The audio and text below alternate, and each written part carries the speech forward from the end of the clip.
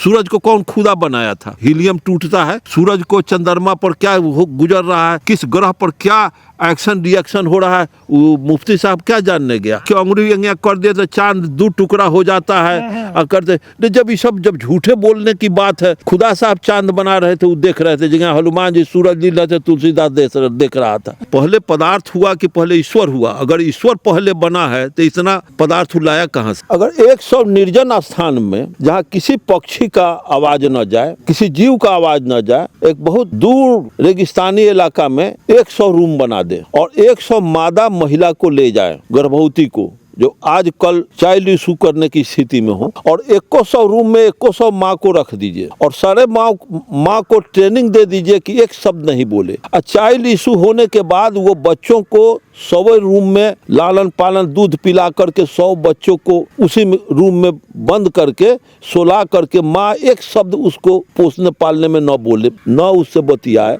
न उसको आवाज दे के खिलाए, गूंगा बन के चुपचाप बच्चा के तेल लगावे, एक बउआ बउआ करके किसी तरह का आवाज माँ न दे और चुपके से दूध पिला करके सेवा करके माँ सोला के बच्चा को निकल आवे, अब बाहर रहे 100 माँ 100 बच्चा 100 रूम में अलग अलग केहाँ कर करके एथी करेंगे, खेलेंगे आपस अपने आप में, एक दूसरे से संपर्क न कराइए। और वो बच्चा को उसी तरह से जब चलने फिरने लगते लवे सिंह भोजन उनको मुहैया करा दीजिए 50 वर्ष तक, लेकिन एक शब्द एक आदमी भी न जाके भोजन दे, लवे सिंह वहाँ भोजन किसी बारीक जगह से सेंटअप कर दे। वो बच्चा 100 को 100 बच्चा आपस में कभी एक शब्द बोलेगा, 100 बच्चा ईश्वर का नाम लेगा, 100 बच्चा खुदा का नाम लेगा, 100 बच्चा पदार्थवाद के रहस्य को समझेगा, 100 बच्चा क म उर्दू फारसी हिंदी इंग्लिश जानेगा, ईश्वर का नाम जानेगा, खुदा का नाम जानेगा।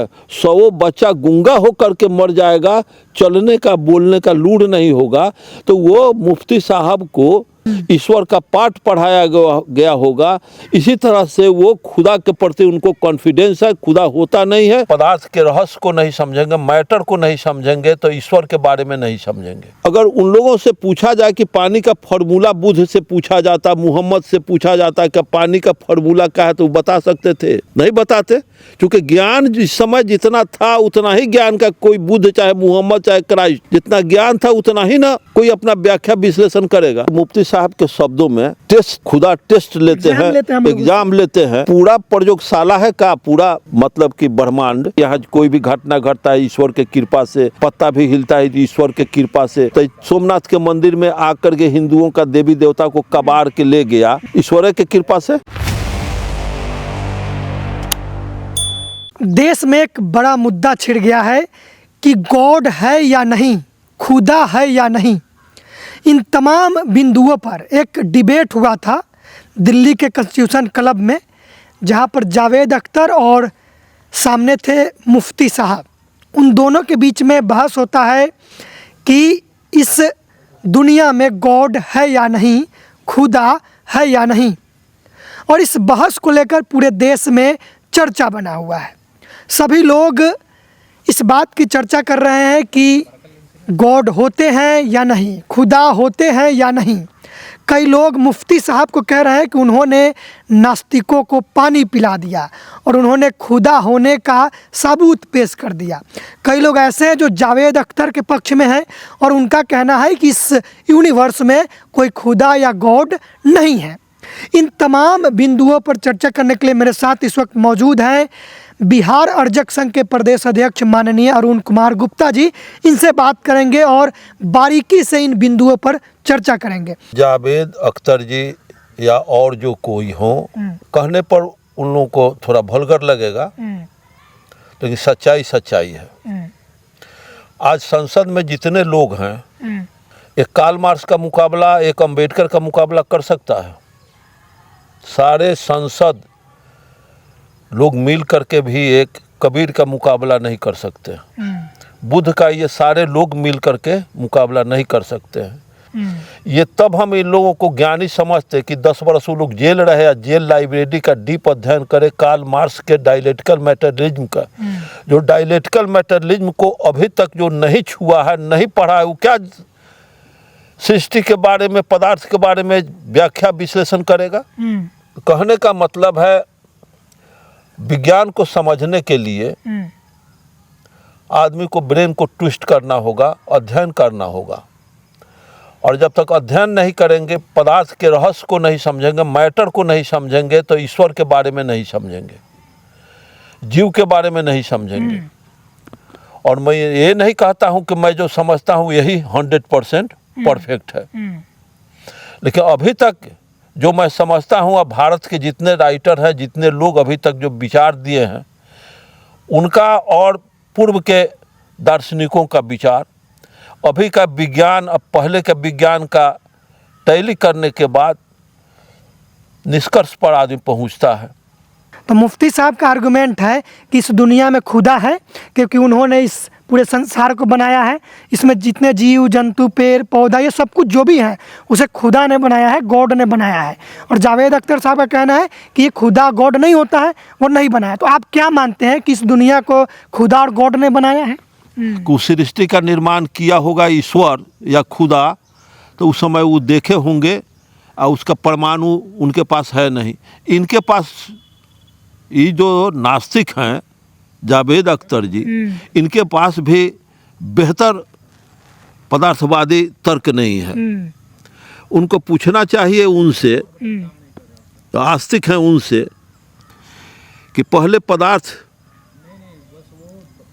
कि पहले ईश्वर, पहले पदार्थ हुआ कि पहले ईश्वर हुआ? अगर ईश्वर पहले बना है तो इतना पदार्थ लाया कहाँ से? जावेद अख्तर थी मुफ्ती साहब के घोड़े से। पहले पदार्थ, जब हम वैज्ञानिक विश्लेषण जब करेंगे तो विज्ञान से अलग हट करके नहीं सोचना होगा।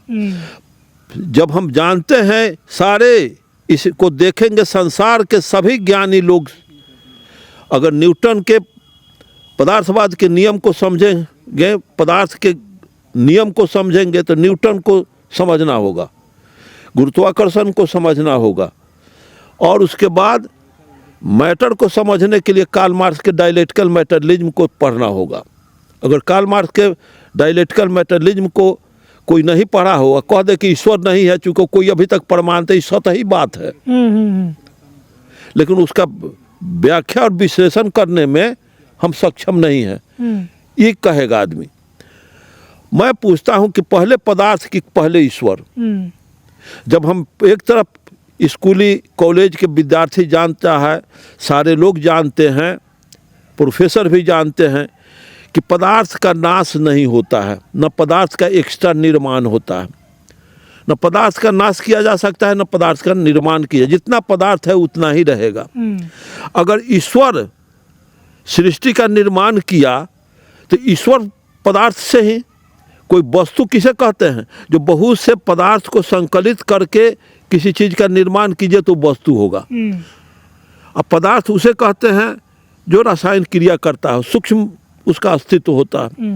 और जब काफ़ी पदार्थ लेकर के हम टोकरी बीनते हैं, चाहे हमारा सृष्टि का निर्माण तो पदार्थ के विभिन्न कोशिकाओं, विभिन्न सेलों का एक स्थूल हमारा बॉडी हुआ।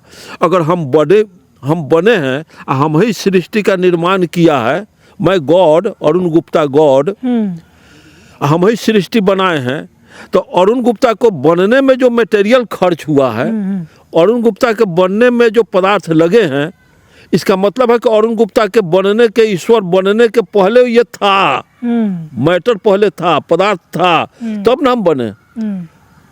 अरुण गुप्ता का तो नाश होगा, ईश्वर का नाश होगा, लेकिन पदार्थ का नाश नहीं होगा। पदार्थ निरंतर है, निरंतर रहेगा। तो उनको तार्किक विश्लेषण देना चाहिए।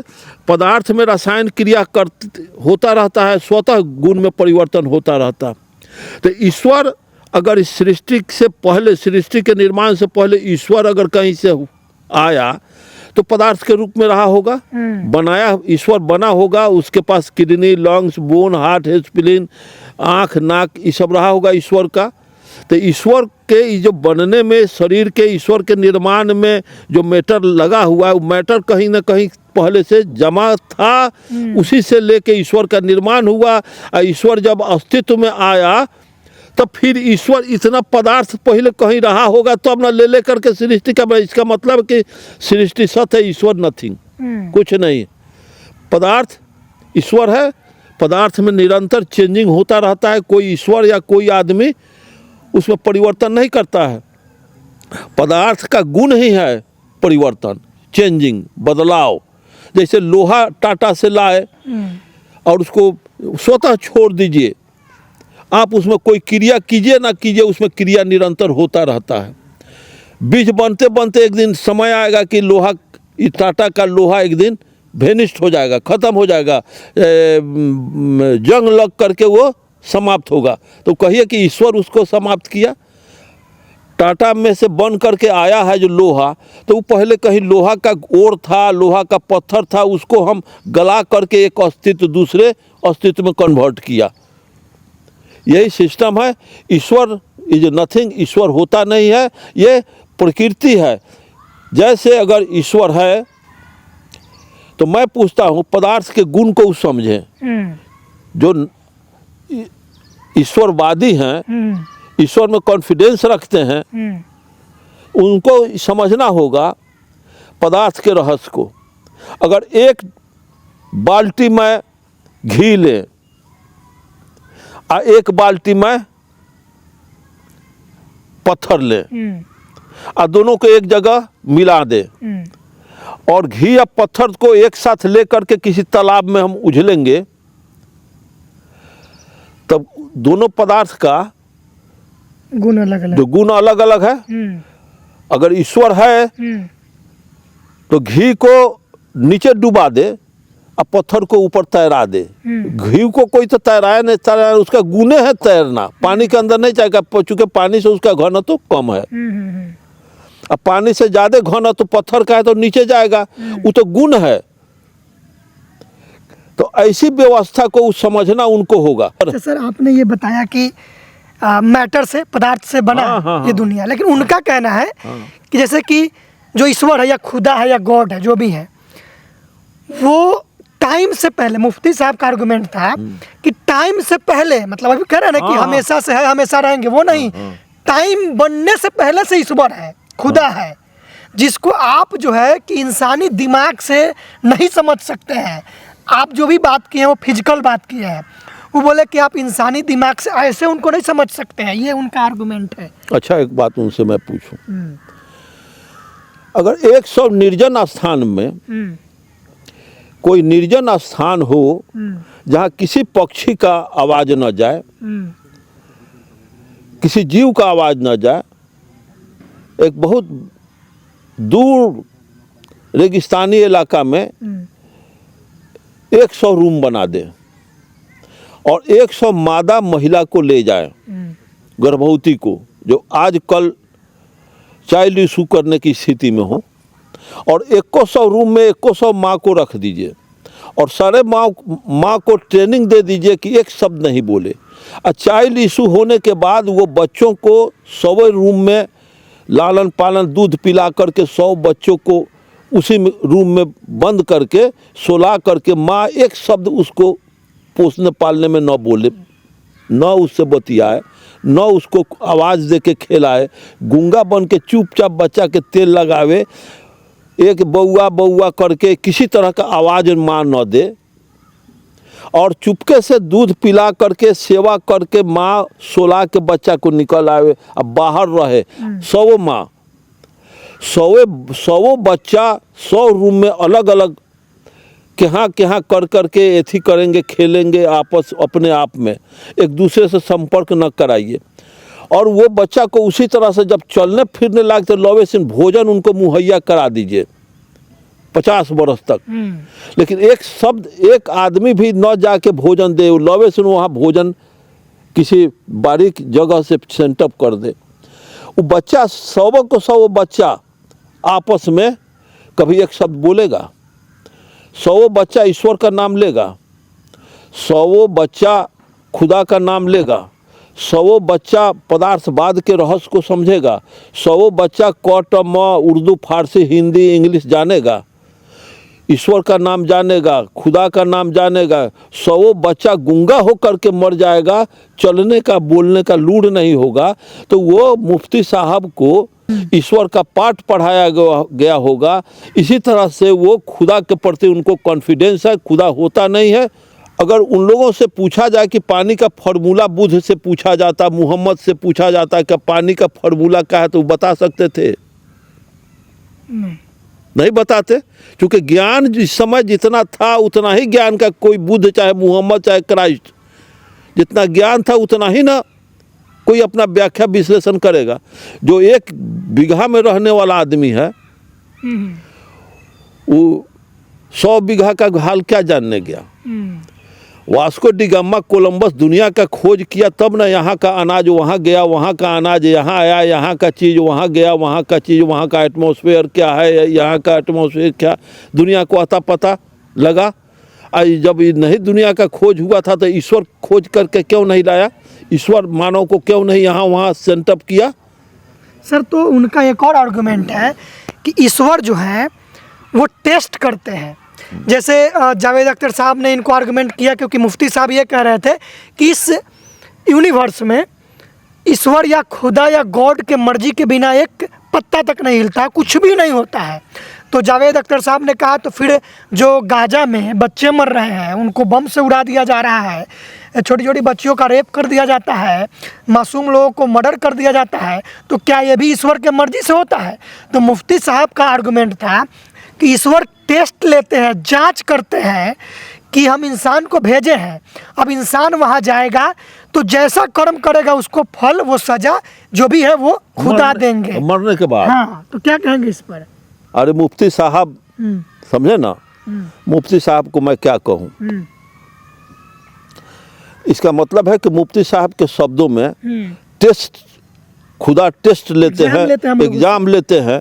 तो ये पूरा प्रयोगशाला है का? पूरा मतलब कि ब्रह्मांड, पूरा सृष्टि, पूरा पृथ्वी पर प्रयोगशाला है का?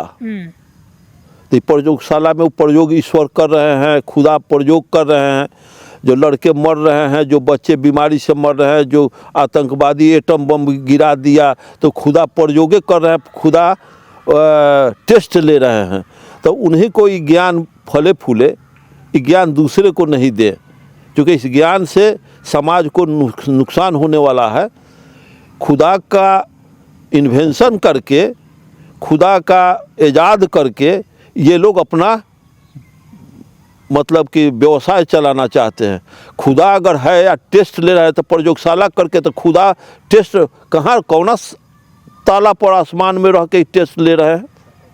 जैसे कोई वैज्ञानिक टेस्ट लेता है ना, प्रयोगशाला में वैज्ञानिक का प्रयोगशाला होता है, तो इस पूरा 6 महासागर, 6 महाद्वीप, एशिया, यूरोप, अफ्रीका, ऑस्ट्रेलिया, उत्तरी अमेरिका, दक्षिण अमेरिका, ये 6 महासागर प्रयोगशाला ईश्वर का है।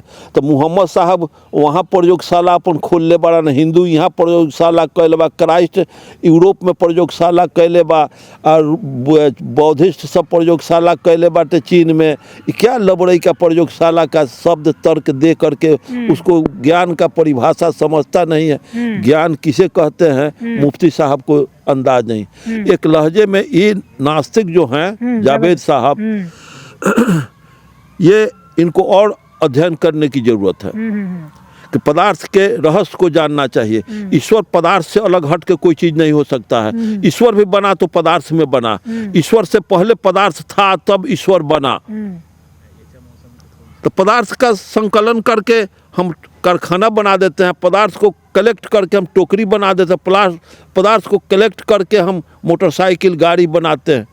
पदार्थ का कलेक्शन है कि हम मानव का एक हाथी का आकार लिए हुए हैं, एक माँ के पेट से जो आया पदार्थ के रूप में, हम तो पदार्थ का संकलन है। चूँकि शरीर में अनेकों पदार्थ का एक कोलिशन है, एक संयुक्त मोर्चा है। क्योंकि किडनी का अलग टेस्ट है, हार्ट का अलग टेस्ट है, लंग्स का अलग टेस्ट है, सीना का अलग टेस्ट है, गोड़ के हड्डी का अलग टेस्ट है। चूँकि विभिन्न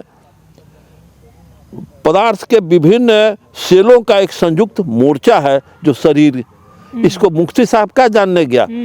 अच्छा, वो कह रहे थे कि जैसे एग्जामिनर टेस्ट लेते हैं तो 4 ऑप्शन देते हैं, तो अब जो बच्चे एग्जाम दे रहे हैं, परीक्षार्थी, वो गलत टिक कर रहे हैं कि सही टिक कर रहे हैं ये एग्जामिनर उस समय नहीं बताता है।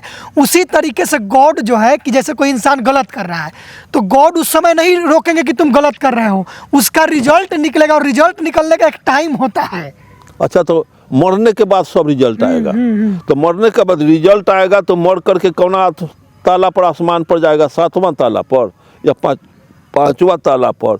वो तो ताला का चाबी उन्हीं के पास होगा। दीपक, और गॉड कहाँ बैठ करके एग्जाम लेते हैं, प्रयोगशाला में प्रयोग करते हैं, वो कैसे जान गए कि प्रयोगशाला ईश्वर लेते हैं, प्रयोग करते हैं? अरे जो बचपन से वो शख्स पढ़े हैं, माँ पिता का है कि यहाँ कोई भी घटना घटता है ईश्वर के कृपा से, पत्ता भी हिलता है ईश्वर के कृपा से।